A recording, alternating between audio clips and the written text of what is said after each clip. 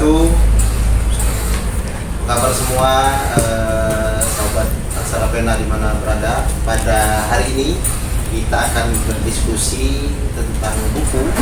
Di segmen pertama ini tentang sebuah buku yang menarik. Kami sudah mengundang narasumber yang luar biasa pada hari ini bersama hadir. Beliau adalah penulis buku daripada Mengenal dan Belajar Aksara Ulu, Bapak Doktor Kandidat Wahyu Rizky Adipani SSM. Sabar. Kami biasanya memanggilnya dengan Kak Wahyu. Ya. Wahyu sehat ya? Alhamdulillah sehat. Nah, hari ini berkesempatan hadir beliau, kalau mau disebutkan jabatan tentang kegiatan arkeolog sejarah yang ada di Sumatera Selatan, sudah banyak sekali mungkin, tapi lebih lengkapnya mungkin kami akan bertanya tentang Pak Wahyu. Sekarang kesibukannya apa nih Pak Wahyu? Ya, kesibukannya ya sampai sekarang meneliti terus. Meneliti dan menulis terus. Menulis ya. Ya, hari ini kami mendapatkan kesempatan untuk berbicara tentang sebuah buku yang menarik ditulis oleh Kak Wahyu. Kak Wahyu, coba tolong dijelaskan Kak tentang buku Mengenal dan Belajar Aksara Ulu. Kira-kira kapan pertama kali buku ini ditulis dan bagaimana sih ceritanya? Oh, ya, jadi buku Aksara Ulu Mengenal dan Belajar ini, kalau tidak salah ingat saya di 2020 saat kita punya program dulu namanya di Balai Arkeologi Sumatera Selatan itu Rumah Peradaban. Jadi salah satu bentuk wujud bendanya yaitu buku pengayaan ya. Nah, inilah buku pengayaan yang dibagikan ke warga di Pagar Alam saat itu. Jadi buku ini ya kalau garis besarnya bercerita tentang sejarah. Jadi sejarah Aksara Ulu. Jadi apa sih induknya Aksara Ulu? Dari Palawan, turun ke Sumatera Kuno, turun ke Hulu. Dan juga selain itu ini bercerita terkait tentang belajar singkat ya. Sebenarnya sudah banyak sekarang buku Aksara Ulu. Ada komunitas juga yang membuat itu. Tapi dia memang pure murni ke arah belajar ya. Kalau saya ini lebih ke sejarah karena groundnya arkeologi, jadi harus berbicara faktanya, barangnya apa ya, seperti itu. Jadi ini kumpulan dari berbagai prasasti dan naskah Ulu yang ada di wilayah Sumatera bagian selatan. Begitu. Baik, Pak Wahyu, buku Aksara Ulu ini yang menarik kan dibuat dengan kira-kira lebih mudah dicerna oleh para pembaca karena dengan cetakan yang warna, terus juga ada gambar-gambar yang menarik. Kalau boleh diceritakan sih secara singkat Pak Wahyu, kira-kira perjalanan penelitian ini ke wilayah mana saja pada saat pembuatan?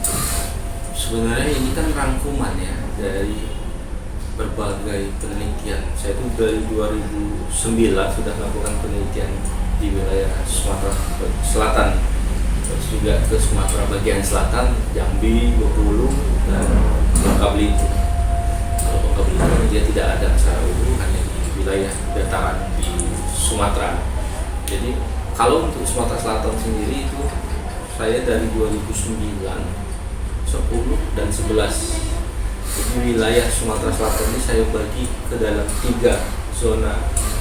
Jadi zona yang pertama adalah zona Lematan. Jadi kalau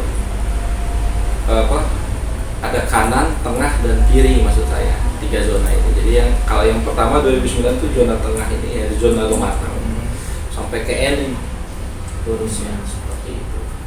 Jadi selama prasasti dan naskah Ulu yang berada di lingkup dua sungai ya, sungai besar ini Lematan dan sungai ini. Nah, terus nanti ada zona kanan. Zona kanan ini ya sepanjang Lusi. Jadi termasuk diantara Banyuasin, Mubah, Murah, Linggau, batas itu. Kalau Pahlawan dia masuk zona tengah. Nah terus zona kirinya itu sepanjang Ogan, mulai dari hulu selatan, hulu timur, hulu hilir, Ogan hilir sampai Oki seperti itu. Terus selain itu di tahun 2000 jedanya lama itu karena saya ke daerah-daerah di wilayah provinsi lain. Kesini lagi di tahun 2019 kalau tidak salah ya 2019 itu lebih beragam lagi karena saya berbicara Islam di situ. Nah, termasuknya banyak juga temuan dari daerah Lematang itu yang belum saya temukan di 2019 dapat lagi karena memang naskah asli atau prasasti asli ini susah begitu karena masyarakat itu apa ya, karena ini dia diturunkan dari nenek moyangnya leluhurnya ya agak sakral. Nah itu tuh yang menariknya itu. Betul, sakralnya itu lama-lama mereka semakin sekarang makin terbuka mereka. Jadi ada beberapa orang tuh yang pengen tahu saya ini punya naskah kata leluhur saya ini tentang ini. Ketika kita baca dia minta kita bacain, kita bacakan, kita terjemahkan, kita kasih ke dia, rupanya bukan tentang A misalnya, atau tentang B, banyak sekali seperti itu. Kak Wahyu, mungkin para pembaca kan tidak banyak yang tahu sih pada saat proses Kak tadi melakukan penelitian ke beberapa zona di Sumatera Selatan, tapi kira-kira tulisan aksara Ulu ini itu dituangkan di Sumatera Selatan itu dalam berbagai macam apa jenis kira-kira? Medianya kira-kira begitu. Yang terbanyak adalah bermedia kulit kayu. Oh, kulit kayu. Kalau kita istilahkan kahas ya. Kahas. Nomor 2 itu yang terbanyak bambu. Bambu juga banyak. Baik dia bentuknya jelumpai itu bilah seperti ini jelumpai. Dan ada bambu gelondong. Nah ini bambu gelondong. Bambu gelondong ini bisa 1 ruas, bisa 2-3 ruas, tergantung ini. Nah, yang ketiga ada di tanduk terbang. Nah, kalau udah tanduk terbangnya dia udah lebih apa ya? Kalau saya bilang agak spesial ya. Ada langka gitu. Satu langka karena ya dulu kan memang kerbau banyak ya di kita. Terus juga pemotongannya itu kan ya harus dipotong paling nggak mungkin kerbau hidup terus dipotong tanduknya kan. Jadi seperti itu. Dan dia banyak berbicara terkait dengan orang-orang, lebih ke arah sebuah upacara misalnya. Sementara kalau yang di kulit kayu kahas ini dia banyak cerita tentang keseharian ada, ajaran ada. Jadi inilah buku tulis saat itu. Buku tulis di zaman dulu, buku tulis yang beredar saat itu. Nah terus karena bahannya di kita ini kan khususnya di Uluan banyak, kayak misalnya kahas kan banyak kayu-kayu keras. Jadi ya itu yang dipakai orang, apalagi bambu juga banyak. Tapi dua media ini agak rentan rusak kalau tidak disimpan pada kalau di dusun-dusun itu mereka rata-rata disimpan di atas bumbungan ya. Oh, di atas Bumbungan itu terutama di atas pedapuran. Karena untuk mencegah tumbang itu ya, rayap. Jadi harus selalu hangat. Jadi selalu hangat dan sampai sekarang masih ada. Tapi ya dia kalau yang tidak dibalut hitam semua itu. Tapi kalau yang dibalut mungkin dia dimasukkan dalam kotak, dirawat dengan bagus. Nah itu pasti dia masih utuh sampai sekarang. Kak Wahyu, dari penjelasan jenis-jenis media tadi yang dituangkan dalam tulisan aksara Ulu, ada juga yang mungkin teman-teman pembaca penasaran kira-kira dari sekian banyak tulisan-tulisan aksara Ulu, menurut Kak Wahyu kira-kira tulisan yang seperti apa yang Kak Wahyu pernah temukan yang menarik bahkan sampai saat ini tuh masih terngiang-ngiang lah tulisan tentang apa, apakah mantra apa gitu, atau mungkin nasihat atau gimana. Ya, ada satu terakhir ini naskah dari Bumi Ayu. Ya, kalau tidak salah ya, almarhum Bapak Hasan Hussein kalau tidak salah. Nah ini menarik, ini cerita tentang ajaran Islam. Jadi ajaran Islam dalam, tapi dia tidak utuh dalam arti gini. Dulu Gelumpa ini kan banyak ya. Sekarang tinggal beberapa bilah saja dan dia tidak terkonek antara bilah satu ke bilah dua yang ditemukan sekarang ya. Misalnya ada 6 nih, dari 6 itu yang nggak terkonek. Ini nomor 1-nya, ini nomor 5, ini nomor 4, ya seperti itulah, tidak ada satupun yang. Nah itu berbicara terkait dengan ajaran Islam terkait ketika manusia mati. Makanya saya namakan itu kemungkinan dia saya burung pingai. Jadi versi Palembangnya ya, versi Huluan daerah yaitu bercerita tentang ketika manusia mati ibarat burung pingai, rohnya melayang dan terbang ke sebuah padang. Kalau di Islam padang masa, dia padang Sukarami seperti itu. Nah, diadili di depan pengadilan besar iman katanya. Nah itu menarik sekali. Memang naskah-naskah seperti itu kan banyak ya. Ada di wilayah Sumatera Selatan juga, ada beberapa juga terkait dengan satu naskah itu bisa dwi aksara atau tri aksara. Dalam arti seperti ini mas. Kalau dwi aksara dia pasti aksara ulu satu. Kedua dia pakai Arab Melayu. Nah, itu yang dwi aksara. Kalau yang tri aksara dia satu lagi ada Arab yang pakai sandara. Ini udah beda nih 3. Jadi ada yang paling menarik dan itu tidak bisa dibuka. Sebenarnya bisa dibuka. Itu di tahun saya pertama sekali berdua dengan mentor saya itu Pak Ahmad Rabani. Itu di daerah Lahat. Saya lupa nama daerahnya itu. Nah itu dia tidak bisa dibuka. Naskahnya tidak boleh difoto. Boleh dibuka tetapi tidak boleh difoto. Nah itu sebenarnya menarik karena dia triaksara dan itu bercerita tentang taktik perang. Hanya satu itu yang berbicara taktik perang. Nah itu menariknya taktik perang ya zaman dulu. Tetapi maksud saya mau marah gimana, mau nggak marah kayak mana, karena memang saat itu sebelum kami datang keluarganya itu memfotokopi naskah ini. Kan nggak boleh. Kalau difoto saja boleh, tapi kalau difotokopi nah itu. Tapi ya mau gimana? Nah, itu pengalaman pertama saya membaca naskah itu. Kita sampai para pani yang baca saya nulis ketahuan oleh sang pemilik, marah dia. Akhirnya sudah. Tetapi para pani kan dia cepat kan ini tentang ini. Oh itu. Makanya itu kita dapat tuh terkait taktik perang itu, taktik perang. Ya.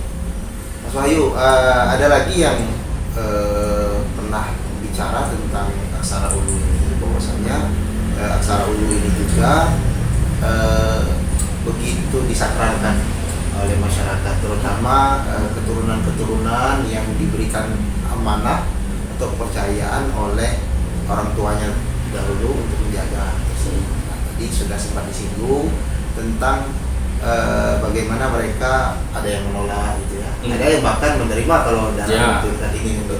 Nah sekarang bagaimana sih kondisi tulisan-tulisan aksara ulu yang ada di masyarakat itu yang saat ini, apakah semuanya terlawat ataukah sekarang ini ada yang rusak atau gimana itu? Ya, kondisi terbaru di 2019 terus di 2021 khususnya di daerah Huluan, Pagaralam dan sekitarnya masih bagus. Namun ada juga beberapa itu yang betul-betul hancur. Jadi karena itu di daerah Muara ini, dia tuh kotak penyimpannya itu bukan kotak atau apalah, di dalam plastik. depan kantong kresek itu kantong asoy disimpan di dalam itu, jadi pengap dan dia hancur sekali kan. Tetapi ya kita coba satu-satu, kemarin kita coba ini satuin seperti itu. Jadi memang banyak yang hilang juga banyak, dalam arti mereka sudah tidak mengetahui lagi itu, termasuk juga yang dijual juga banyak, sudah berpindah tangan tuh banyak juga. Sebenarnya di Sumsel ini karena dulu sebelum Latin, nah itu di daerah Uluan itu dipakai aksara ini sebagai sebagai aksara di daerah Uluan. Nah, dan itu nanti ketika Islam masuk di daerah pesisir, daerah hiliran, notabene Palembang sendiri, dia makanya dalam satu nanti ketemu yang saya bilang tadi, ada yang biasara, ada yang triaksara, terus juga aksara ulu ini kalau kita definisikan ke arah awal misalnya ulu, berarti kan di ulu dataran tinggi. Jadi aksara ulu itu aksara yang berkembang di uluan atau dataran tinggi menuju hilir, tetapi di Palembang itu tidak dapat kita aksara ulunya kemudian, dan itu dibawa oleh orang-orang yang merantau dari Uluan ke Palembang, karena di Palembang kuatnya adalah Arab Melayu. Nah, Kak Wahyu, kita kembali lagi ke soal buku. Kak Wahyu tadi bilang bahwasanya buku Aksara Ulu ini sebetulnya adalah rangkuman perjalanan lah kira-kira, catatan tentang bagaimana penelitian Kak Wahyu dalam menyusun sebuah tulisan terkait dengan Aksara Ulu. Tentu pada saat Kak Wahyu menyusun beberapa struktur buku itu, coba diceritakan pengalamannya Kak Wahyu. Wah, ini agak-agak lumayan ini. Lumayan karena memang kemarin dituntut buku pengayaan, jadi mau nggak mau karena saya juga sebagai ketuanya terus memegang semuanya, jadi ya udah kita dibuat sederhana dulu awalnya. Terus tetap saya sebenarnya ini bahasa-bahasa buat pameran ya, bahasa-bahasa ini, jadi seperti cerita bergambar lah ya. Betul, cerita bergambar, karena ini bagi saya harus masuk ke ke anak-anak biasa, anak-anak dasar, sekolah dasar, menengah maupun menengah pertama maupun menengah umum ya, ke SMA sebentar, baru ke masyarakat. Dan ini awalnya itu menjadi polemik ketika saya membuka ini di Pagar Alam, karena mereka tidak mengakui bahwa ini bukan aksara saya, padahal ini saya temukan di Pagar Alam misalnya. Karena kalau Pagar Alam kan yang kebaruan itu kan memakai dialek Kegengen, sementara naskah-naskah awalnya itu kan kagak. Dan itu sempat ada beberapa orang yang bisa di Pagar Alam sempat menanyakan ke saya balik menanyakan ke beliau, oke, coba lihat satu naskah yang dari Pagar Alam, coba ibu baca ini pakai dialek E atau dialek A. Ketika dia baca pakai dialek E itu nggak masuk, ketika dia pakai dialek A dia baru masuk. Nah, maksudnya seperti itu. Memang di Pagar Alam itu ada dua dialek saat dulu kan, ada A dan E juga. Dan kalau saya sudah tahu melihat naskah sekali lewat, misalnya ini dialeknya ini Kegengen bukan kagak, itu kelihatan karena udah dari paleografinya kelihatan ini punya Pagar Alam. Ada semacam ya, tambahan kalau udah misalnya dari aksara ini, nah kalau ini kan dialeknya dialek A kagak, tetapi kalau dia banyak tanda misalnya sama dengan di bawah sini semua pakai, nah itu pasti dia ada garis-garis kan ya, ada garis dua di bawah menunjukkan dia, kalau di kagak dia A besar, tapi kalau dia di Kegengen dia A. Dan yang tidak menggunakan sandangan garis dua seperti itu dia dibaca E, misalnya le te misalnya seperti itu. Di sini juga ya karena di kita ini beragam. Nah, kalau ogan dia umum masih bisa kita, tetapi kalau dia komering kan punya dia lebih banyak sama dengan aksara yang ada di Lampung, khas Lampung sama. Variannya dia agak beda dengan kita, ada beberapa, tidak semuanya. Dan dia memang match-nya dengan sana, dengan Lampung, karena memang satu garis ya dulu ya, yang apa penguasa skala berat lah itu mungkin awal-awal ceritanya seperti itu. Jadi kayak gitu. Nah, jadi kawan-kawan, kalau mendengar cerita dari Kak Wahyu tadi ada banyak hasanah tentang aksara Ulu ini. Jadi terutama di Pulau Sumatera, mulai dari tadi disampaikan dari ada aksara di Bengkulu, mungkin di Jambi yang kurang lebih mirip ya Kak, sampai ke Lampung tadi disampaikan. Artinya kita sebetulnya begitu dekat dengan aksara Ulu ini, dan mungkin dulu generasi nenek-nenek kita memang menggunakan ini sebagai alat komunikasi ya, untuk menyampaikan atau menyimpan sebuah catatan-catatan kira-kira itu. Pak Wahyu, terakhir bagaimana sih kira-kira menurut Kak Wahyu generasi muda, bagaimana generasi muda melihat aksara Ulu, dan kira-kira gimana sih sekarang supaya generasi muda itu lebih cinta dengan aksara sejarah, terutama yang biasa. Iya, sekarang ini alhamdulillah ya Win itu punya, kalau dulu sebelum saya terlibat ya, Pak Napan itu membuat namanya mata kuliah aksara Ulu, tetapi ketika saya sudah masuk saya ganti dengan namanya aksara Sumatera Ulu. Jadi dan ini diajarkan di semester 3 atau pokoknya semester 3 di Win ya. Dan ini jadi Win punya tren sendiri tentang aksara Ulu di wilayah Sumatera Selatan, dan ini menjadikan aksara Ulu ini booming. Kalau di Win itu sudah banyak sekali mahasiswa yang mengambil baik itu S1 maupun S2 yang mengambil tentang aksara Ulu. Jadi regenerasi dari saya, dari Pak Rapani ke saya itu kan jauh ya. Di tengah ini nggak ada antara saya dan Pak Rapani. Nah, nanti dari saya ke bawah ini udah mulai banyak, ada Mas Dona, Mas Afwan, Rahmat, segala macam. Sekarang udah banyak. Kalau mau pelatihan aksara Ulu ya nggak perlu harus kita turun langsung kayak gitu. Teman-teman adik-adik itu sudah bisa. Kita lepas sudah bisa jalan. Tetapi kalau untuk kesejarahannya tetap balik ke saya, karena groundnya. Dan banyak sih sekarang ini cara kita mendekatkan, apalagi sekarang sudah ada namanya komunitas aksara Ulu Sumatera Selatan. Misalnya ini beberapa sebulan yang lalu pihak Lahat itu sudah bekerja sama dengan komunitas aksara Ulu untuk membuatkan nama jalan supaya dikenal seperti pagar alam. Tapi ya dia berdasarkan tetap prasasti dan naskah Ulu yang lama, bukan berdasarkan omongan omongan yang ini kan ada beberapa yang seperti itu. Jadi kita harus menguatkan, kayak misalnya di Oku Selatan kan ada varian dikenal dengan daya segala macam ya. Dan itu memang ada di beberapa tempat, tetapi tidak secara umum. Nanti di Kisam beda lagi.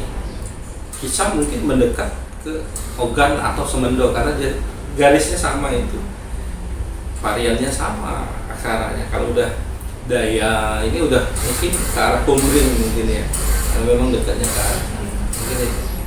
Ya, kawan-kawan sekalian, dari berbagai pertanyaan tadi kita sudah dapat sedikit kesimpulan ya. Jadi kurang lebih penting bagi kita terutama generasi muda untuk bisa mengenal tentang aksara Ulu. Jadi aksara pena didukung oleh Kak Wahyu membuat sebuah buku yang berjudul Mengenal dan Belajar Aksara Ulu, dengan harapan kawan-kawan bisa membaca dan kawan-kawan bisa mengakses aksara Ulu ini dengan media di website aksarapena.com, mirip juga kan?